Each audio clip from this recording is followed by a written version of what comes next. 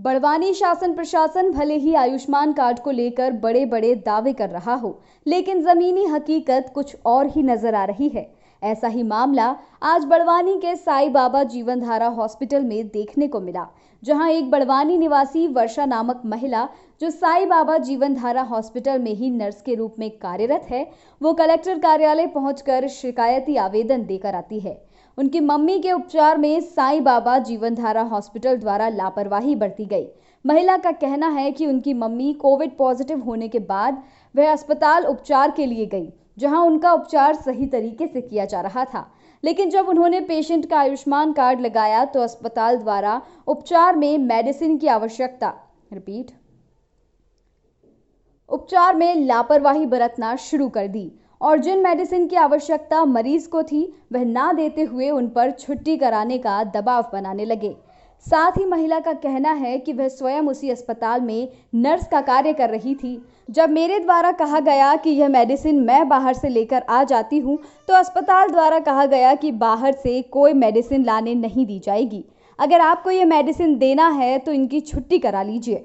इतना ही नहीं, महिला का कहना है कि अस्पताल प्रबंधन द्वारा YPP मशीन लगाकर एक वीडियो बनाया गया और कहा गया कि हमें यह ऊपर दिखाना पड़ता है, जबकि मेरी माता जी को इस मशीन की कोई आवश्यकता नहीं थी। वहीं इस पूरे मामले पर बड़वानी SDM घनश्याम धनगर का कहना है कि साई बाबा जीवनधारा अस्पताल की एक शिकायत मिली है, जिसकी जांच कर कार्यवाही की जाएगी। क्या नाम है आपका? मेरा नाम वर्षा सोलंकी है। वर्षा जी कहाँ रहते हो? मैं न्यू पानवाड़ी।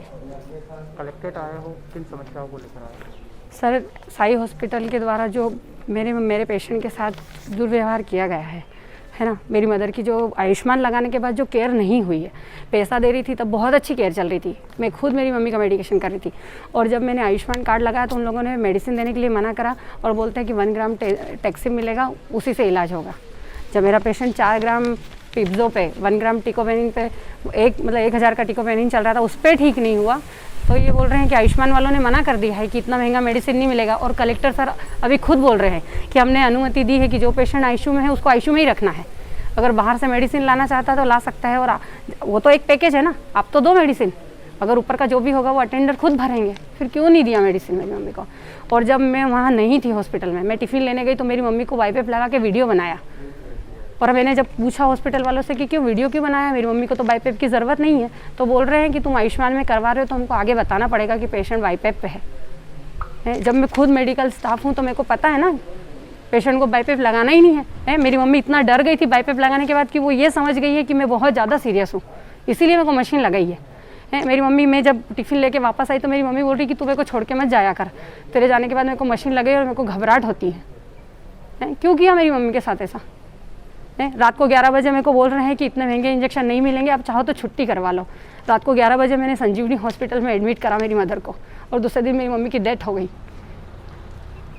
ये लापरवाही आए हो कलेक्टर साहब के पास? क्या कलेक्टर सर ने तो बोला है कि वो जांच पड़ताल करेंगे, और मैं चाहती हूँ कि SDM सर ही करें। क्या चाहते हो? SDM सर इस चीज़ को आगे तक देखे, क्योंकि मेरे को पता है कि वो इंसान है जो सही कार्रवाई करेंगे। SDM सर से चाहती हूँ कि वही वहाँ कर। लापरवाही है उसमें? हाँ है ना सर, पैसे दे रही थी तब तक तो सारा मेडिसिन दिया था, आयुष्मान लगाने के बाद क्यों नहीं। और मैं खुद हॉस्पिटल स्टाफ हूँ, मेरे को ये चीज़ पता है कि मीटिंग में ये बात हुई थी कि अगर हम 10,000 का रेमडेसिविर भी बाहर से ला रहे हैं तो आपको लगाना है मरीज को। तो जब मैं 2,500 के इंजेक्शन बाहर से ला रही थी तो क्यों मना करा? मेरे को ये कहा कि बाहर से कोई इंजेक्शन नहीं आप ला सकते, अगर आपको ज़्यादा दिक्कत है तो आप छुट्टी करवा लो। जब ये हॉस्पिटल स्टाफ के साथ ये सब कर सकते हैं तो दूसरे मरीजों के साथ तो बहुत कुछ होता होगा।